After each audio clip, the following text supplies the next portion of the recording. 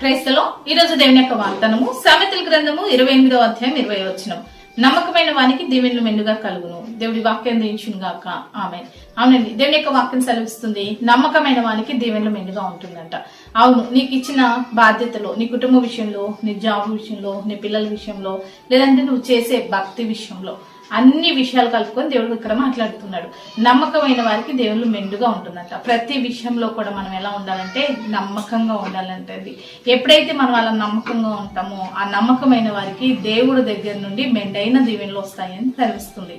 కాబట్టి మనకు అప్పగించబడిన బాధ్యత విషయంలో, పనుల విషయంలో, పరిచర్య విషయంలో, సంఘం విషయంలో, భక్తి విషయంలో కూడా మనము నమ్మకమైన వారిగా ఉంటూ దేవుడిచ్చే గొప్ప ఆశీర్వాదాలు పొందుకుందాం. అటు రీతిగా నమ్మకంగా ఉంటూ నమ్మకానికి కలిగిన గొప్ప ఆశీర్వాదాలు నీ జీవితంలో అనుగ్రహించబడును గాక.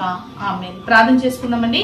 సకల ఆశీర్వాదాలు కారణభూతమైన మా ప్రియ పరలోక తండ్రి యొక్క ప్రార్థనలు ఇస్తున్న ప్రతి బిడ్డని జ్ఞాపకం చేసుకో.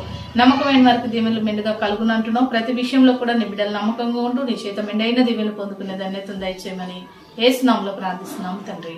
ఆమేన్.